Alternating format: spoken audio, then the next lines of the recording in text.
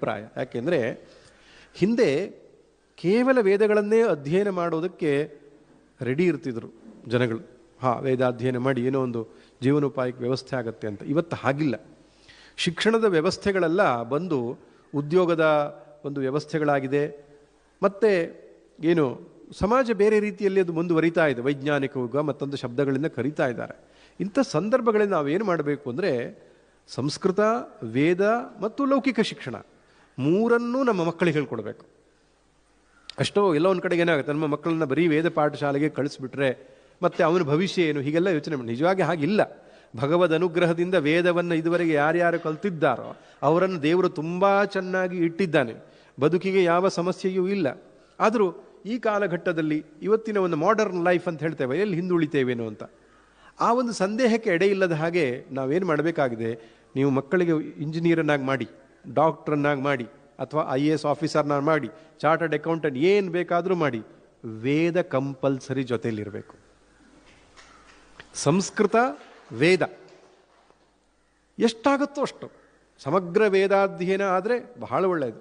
ಶಿಖೆ, ಯಜ್ಞೋಪವೀತ, ಭಸ್ಮಧಾರಣೆ ಮಾಡಿಕೊಂಡು ಅಟ್ಲೀಸ್ಟ್ ದ್ವಿಕಾಲ ಸಂಧ್ಯಾವಂದನೆಯನ್ನು ಮಾಡತಕ್ಕಂತಹ ಒಬ್ಬ IAS ಆಫೀಸರ್ ಇರಬೇಕು, ಒಬ್ಬ ಇಂಜಿನಿಯರ್ ಇರಬೇಕು, ಒಬ್ಬ ಟೀಚರ್ ಇರಬೇಕು. ಅಂದರೆ ವೈದಿಕ ಜೀವನ ಶೈಲಿಯನ್ನು ನಡೆಸುತ್ತಿರುವ ಆಧುನಿಕ ವ್ಯಕ್ತಿ ಆಗಬೇಕು ಅವನು. ಹಾಗಾಗಲಿಲ್ಲ ಅಂತಿದ್ದ ಪಕ್ಷದಲ್ಲಿ ಒಂದು ವೇದದ ಮಹೋನ್ನತ ಉದ್ದೇಶವೇ ನಷ್ಟವಾಗಿ ಹೋಗ್ತದೆ. ಮನುಷ್ಯನನ್ನು ಕೃತಾರ್ಥನನ್ನಾಗಿ ಕೃತಕೃತ್ಯನನ್ನಾಗಿ ಮಾಡಬೇಕು ಅಂತ ಈ ಭರತ ಭೂಮಿಯಲ್ಲಿ ವೇದದ ಅಪಾರವಾದಂತಹ ಶ್ರೇಷ್ಠ ಜ್ಞಾನ ಬಂದರೂ ಅದನ್ನು ನಮ್ಮ ಮಕ್ಕಳಿಗೆ ಕೊಡದೆ ನಾವು ದೊಡ್ಡ ವಂಚನೆಯನ್ನು ಮಾಡ್ತಿದ್ದೇವೆ. ನೆನಪಿರಲಿ, ದ್ರೋಹ ಮಾಡ್ತಿದ್ದೇವೆ ನಮ್ಮ ಮುಂದಿನ ತಲೆಮಾರಿಗೆ. ಎಲ್ಲಿಯ ತನಕ ಉಪನಿಷತ್ತು, ಭಗವದ್ಗೀತೆ, ಶಂಕರರ ಚಿಂತನೆಗಳು ನಮ್ಮ ಮುಂದಿನ ತಲೆಮಾರಿಗೆ ನಾವು ಕೊಡುವುದಿಲ್ಲವೋ ನಾವು ಮುಂದಿನ ತಲೆಮಾರಿಗೆ ಮಾಡುವ ದ್ರೋಹ.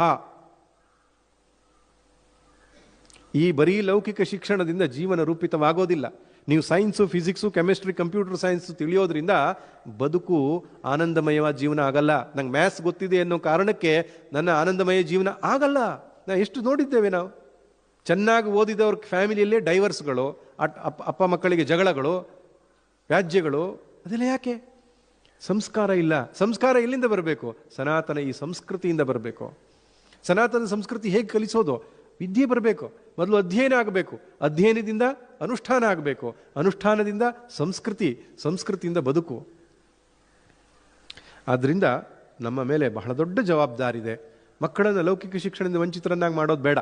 ಯಾಕೆಂದರೆ ನಮಗೆಲ್ಲರಿಗೂ ಗೊತ್ತಿದೆ, ಲೌಕಿಕ ಶಿಕ್ಷಣ ಇಲ್ಲದಾಗಿದ್ದರೆ ಹೆಣ್ಣು ಕೊಡಲ್ಲ. ಇವತ್ತು ಒಂದು ದೊಡ್ಡ ಪ್ರಾಬ್ಲಮ್.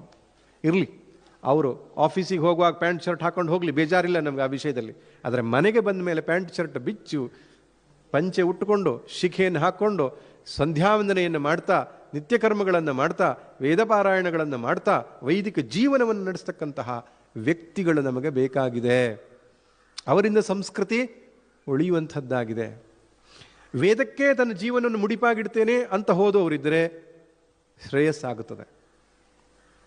ಹಾಗೆ ಹೋಗಬೇಕು ನಿಜವಾಗಿಯೂ. ಮೊದಲು